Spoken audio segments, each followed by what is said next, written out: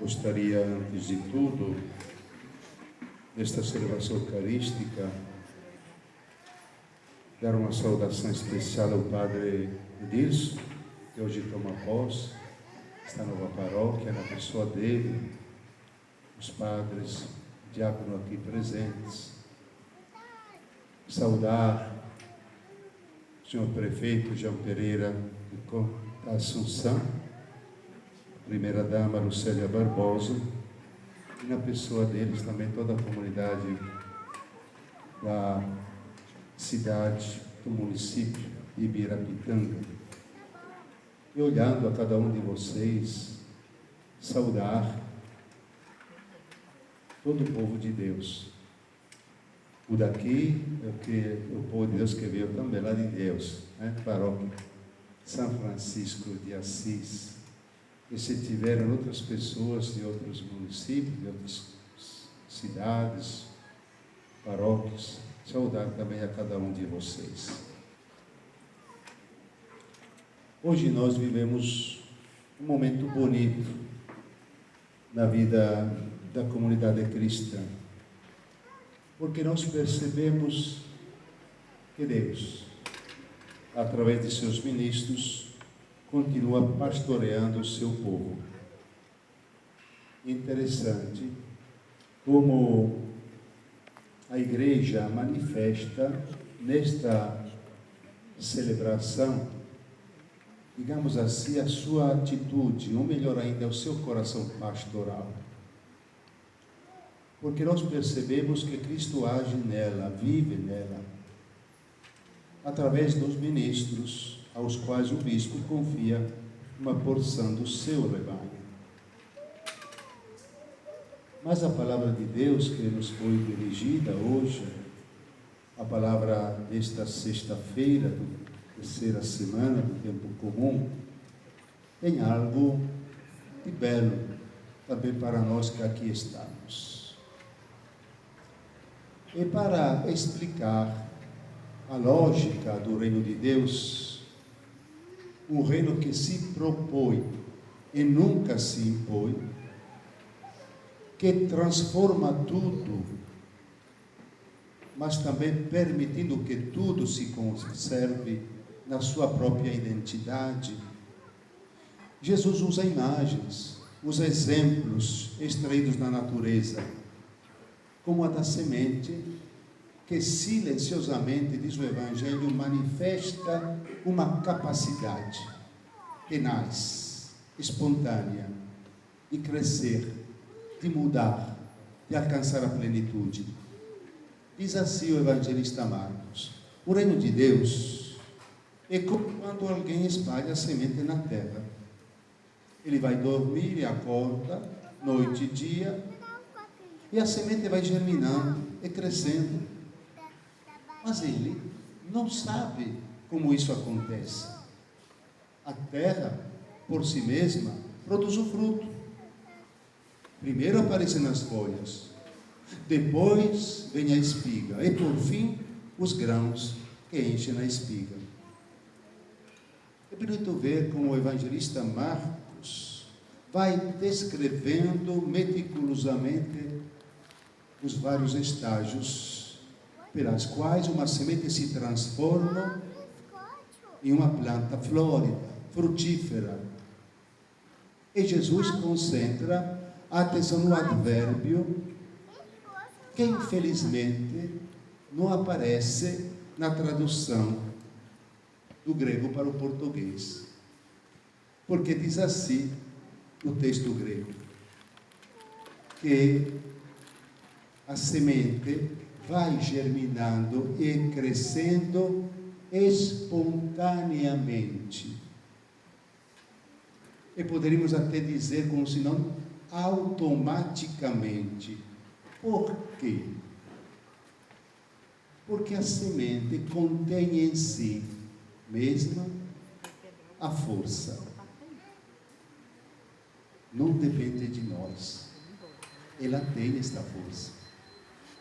O que depende, às vezes, de nós? Depende de como nós cuidamos da semente. Porque se a semente for deixada num vaso, não vai produzir.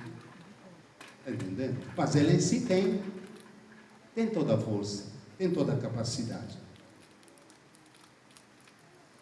Marcos vai dizendo que ninguém é capaz de observar, de registrar os movimentos da natureza, que são imperceptíveis aos nossos olhos, a não ser que nós pegamos uma câmera lenta que vai registrando horas, dias, semanas e meses, e depois de uma forma tão rápida a gente vai vendo todo o desenvolvimento.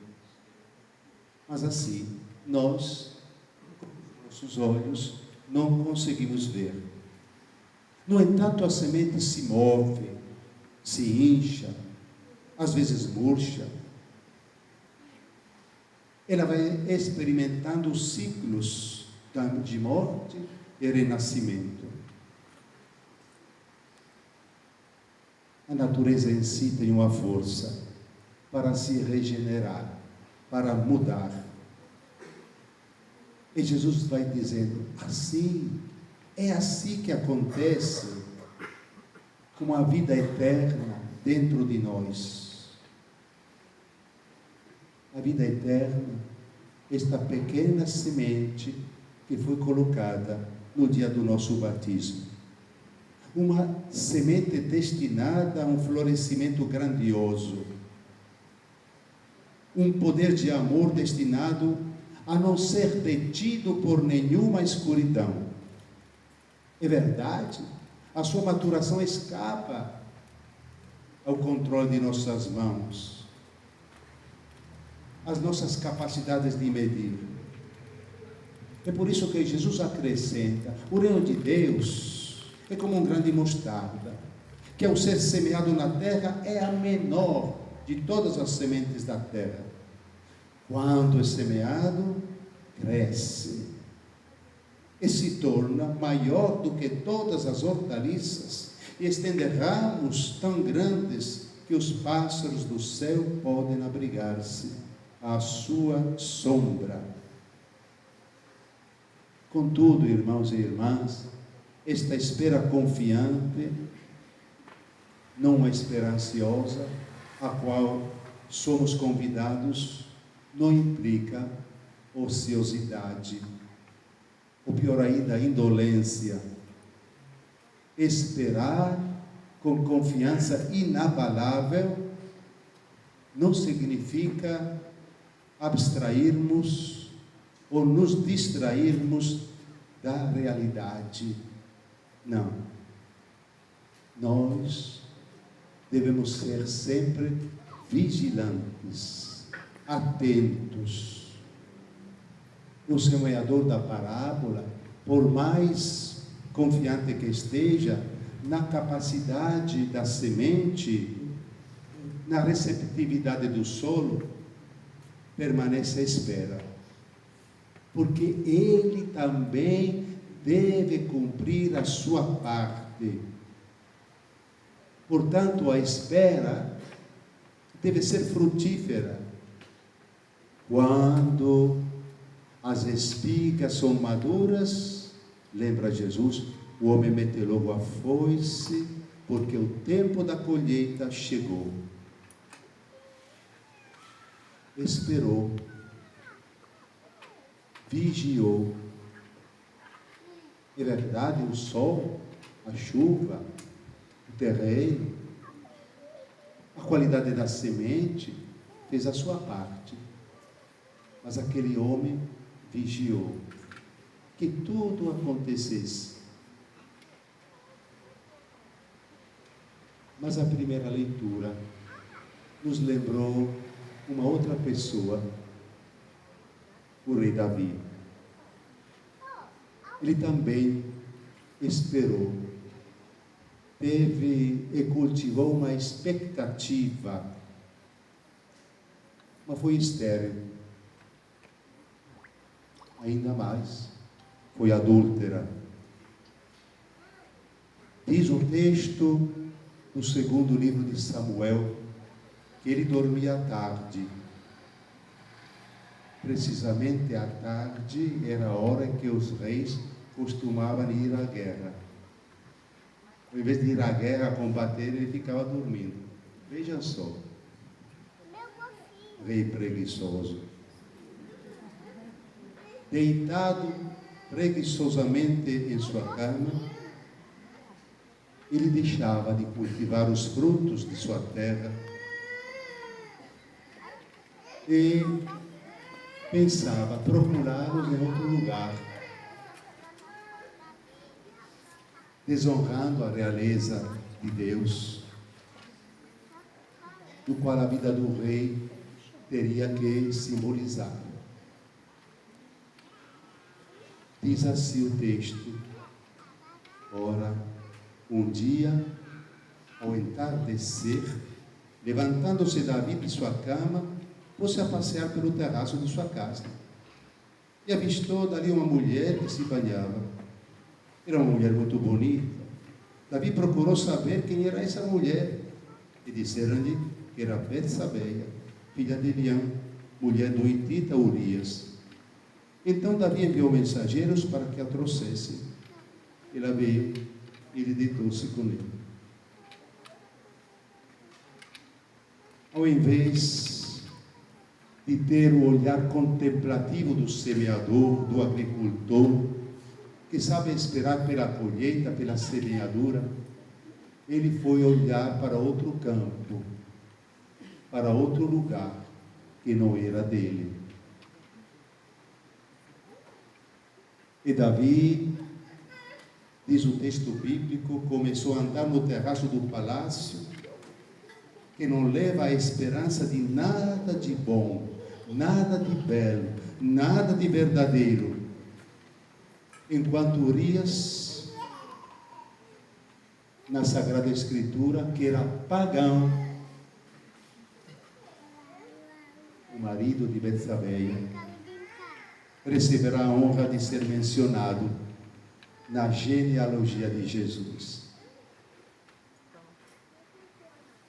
Ele se mostrou, ao contrário de Davi, uma semente madura que dá esperança de um fruto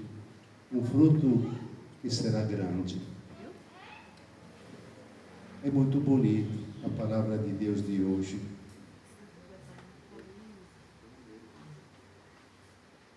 Hoje, nós estamos aqui para celebrar esta Santa Eucaristia e acompanhar o Padre Edilson, que toma posse como pároco da paróquia Nossa Senhora do Carmo, aqui em Ibirapitanga. Ele vem para ser este semeador, ou melhor, este agricultor que cuida do campo, da semente. Uma semente que tenha a capacidade de produzir frutos. E ele vem para acompanhar este crescimento. A gente sabe, né, que a mudança de um pároco, de um padre numa paróquia, a mudança de um bispo, a mudança de um papa, qualquer mudança, né? Até que vocês, alguém que trabalha numa firma, quando muda o gerente, muda, né? Qualquer mudança na vida, sempre contempla algo que nos faz sofrer e nos faz alegrar ao mesmo tempo. A mudança é sempre um acontecimento que gera muita apreensão, que exige de todos mais oração, mais disponibilidade, mais acolhimento, mais diálogo, mais estima, mais abertura, mais, afinal, mais. Um pouco de mais de tudo. Certo? Interessante que o padre que chega não vem por iniciativa própria, não. Vem por iniciativa da igreja, na pessoa do bispo. E esta disponibilidade só se explica e só pode ser entendida dentro né, do mistério pascal, de morte e ressurreição. Afinal, a nossa vida cristã só se compreende dentro desse mistério pascal. Ele não vem, o Padre disse, em seu próprio nome. Ele vem em nome do Senhor, em nome da igreja. Ele não vem confiando tanto em suas próprias forças, mas no Senhor, na sua presença estável, como aquele agricultor. A semente cresce. Temos que cuidar dela. Então, o Padre disse, a partir de hoje, você será responsável desta comunidade. E você será chamado a fazer o quê? Coisa muito simples. Bem simples. Em primeiro lugar, orar. Sim. Às vezes a gente pensa que o padre deve fazer tanta coisa. Não, a primeira coisa ele deve orar, rezar por cada um de vocês. Por ele, em primeiro lugar. Como nós devemos fazer, rezar por nós. E rezar pelos nossos irmãos e irmãs. A oração é fundamental.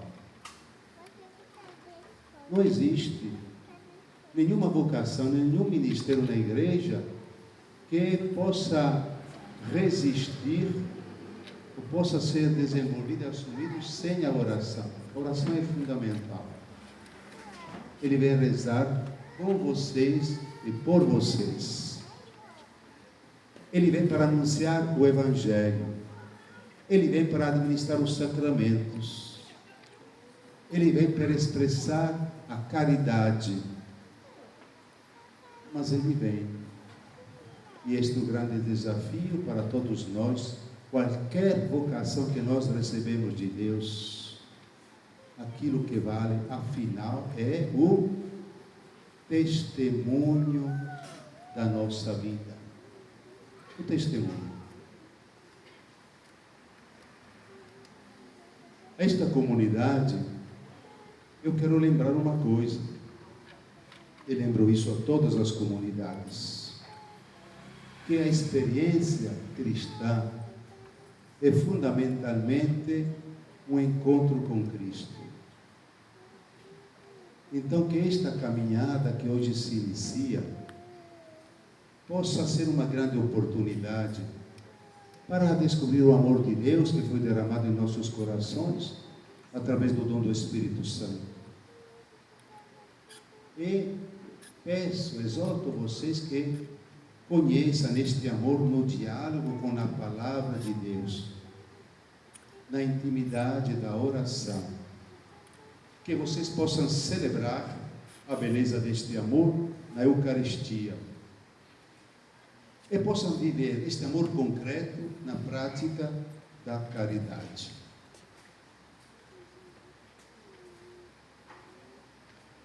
Mas sendo também a igreja, além de ser uma comunidade de irmãos e irmãs, ela também é uma instituição.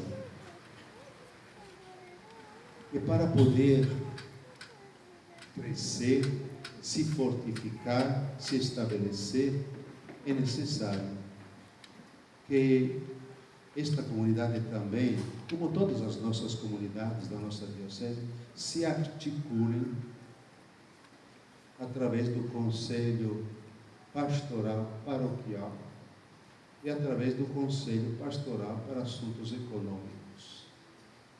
Sem conselhos não existe vida de igreja. Existe uma coisinha assim, mas não existe vida de igreja, vida eclesial. Portanto, peço, eu sei que já vocês caminham nesta direção, mas peço, Padre disso, que viva, e como já tem a experiência de fazer isso, nas comunidades onde passou, que estes conselhos sejam de verdade uma expressão de uma caminhada sinodal, em conjunto, sem deixar de incentivar as pastorais existentes, sem deixar de criar aquelas que ainda não existem, porque Uma comunidade tem que crescer, passo a passo, pouco a pouco, mas temos que caminhar.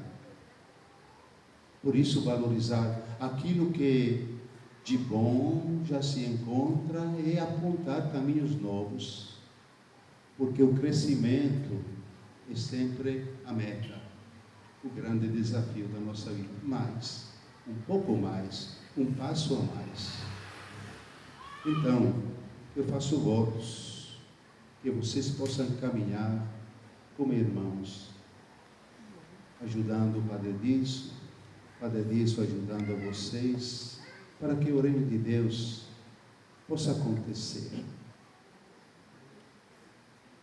Esta sementinha, que tem em si a força necessária, possa se desenvolver com o cuidado, com o carinho, com a dedicação de cada um de vocês, pastor e povo, povo e pastor. Que vocês possam caminhar na fidelidade ao Senhor. E com certeza, a intercessão de Nossa Senhora, o Carmo, padroeira desta comunidade, irá conduzir vocês pelas mãos, como conduziu o seu Filho Jesus. Que você possa crescer e caminhar sob a proteção de Nossa Senhora do Carmo. Amém. Amém. Que assim seja. Amém.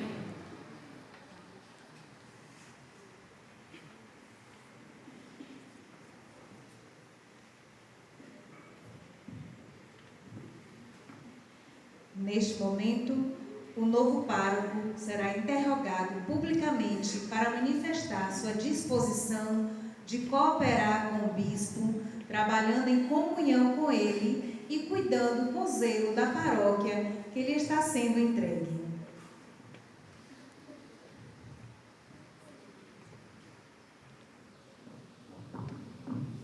Filho caríssimo, diante do povo que será entregue aos teus cuidados, renova o propósito que prometeste na ordenação. Queres desempenhar sempre o teu encargo como fiel cooperador da ordem episcopal, apacentando o rebanho do Senhor sob a direção do Espírito Santo? Queres celebrar com devoção e fidelidade os mistérios de Cristo, para o louvor e glória de Deus e santificação do povo cristão, segundo a tradição da Igreja? Queres unir-te cada vez mais ao Cristo, sumo sacerdote, que se entregou ao Pai por nós, e ser com ele consagrado a Deus para a salvação dos homens? Queres com dignidade e sabedoria desempenhar o ministério da palavra, proclamando o Evangelho, ensinando a fé católica? Quero, com a graça de Deus. Prometes respeito e obediência a mim e aos meus sucessores? Prometo. Deus, que te inspirou esse bom propósito, te conduza sempre mais à perfeição. Amém. Entrega da sede presidencial, da Capela do Santíssimo, do Batistério e do Confessionário. Agora, o novo pároco receberá do bispo diversos instrumentos para bem desempenhar sua missão. Sede presidencial. Jesus preside a comunidade, o bispo preside toda a diocese e o pároco, em nome do bispo e de Jesus, preside a comunidade paroquial. A sede da presidência é entregue ao novo pároco, de onde ele nos ensinará e nos conduzirá. Recebe a sede presidencial e, em nome de Cristo e da Igreja, presida com alegria e dedicação esta porção do povo de Deus que hoje lhe é entregue.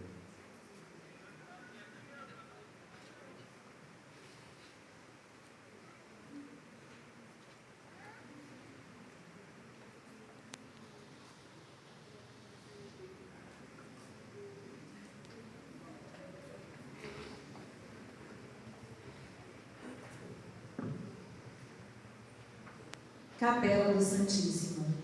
A vida espiritual dos fiéis é alimentada pela Eucaristia. Por isso, o novo pároco recebe a chave do sacrário e o abre fazendo uma breve adoração. Lembra-te de que a Eucaristia é o ápice e a fonte de todo o culto da vida cristã e que se realiza a unidade do povo de Deus e se completa a construção do corpo de Cristo. Por isso, zela com todo cuidado para que a Eucaristia seja o centro de toda a ação pastoral e de toda a vida da paróquia.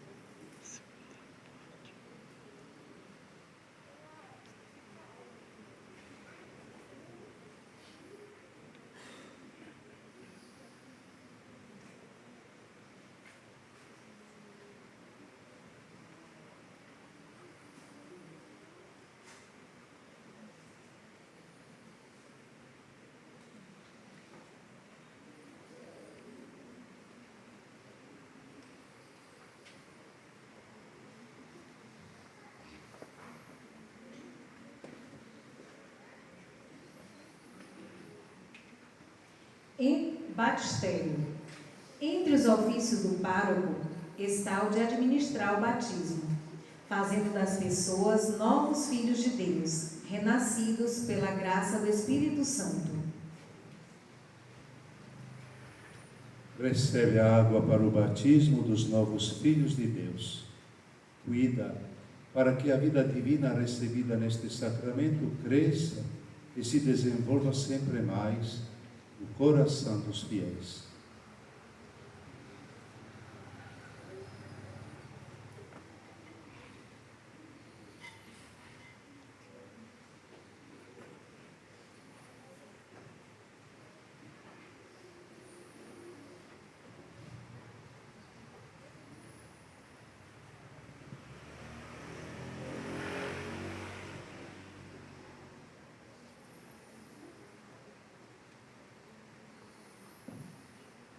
Confessionário. Uma das tarefas mais importantes do pároco consiste em administrar o sacramento da penitência. Por meio desse sacramento, realiza-se a reconciliação dos pecadores com Deus.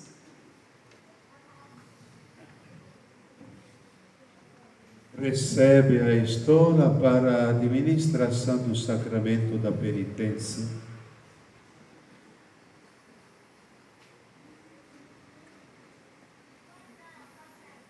Sê zeloso nesse ministério e distribui aos pecadores as riquezas da misericórdia infinita do Senhor.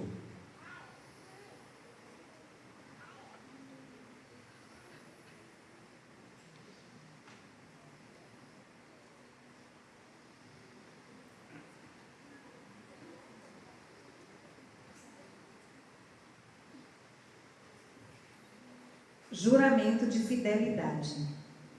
No início da Santa Missa, o pároco fez sua profissão de fé. Agora fará o juramento de fidelidade, segundo a fórmula aprovada pela Santa Sé.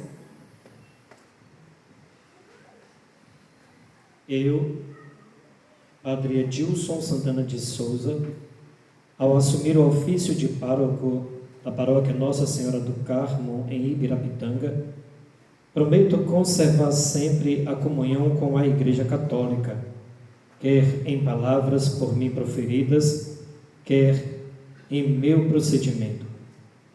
Com grande diligência e fidelidade, desempenharei os ofícios pelos quais estou ligado em função da Igreja, tanto universal como particular, na qual, conforme as normas do direito, sou chamado a exercer meu ofício.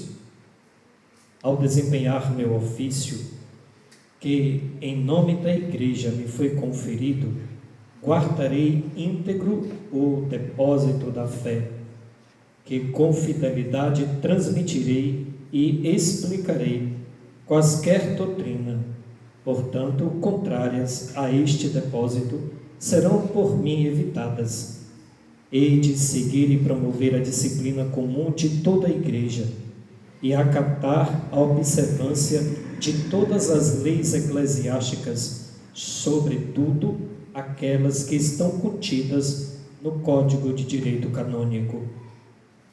Com obediência cristã, seguirei o que me declaram os sagrados pastores, como autênticos doutores e mestres da fé, ou o que estabelecem como orientadores da Igreja, e prestarei fielmente auxílio aos bispos diocesanos, a fim de que a ação apostólica a ser exercida em nome e por mandato da Igreja se realize em comunhão com a mesma Igreja. Assim, Deus me ajude, e estes santos evangelhos que toco com minhas mãos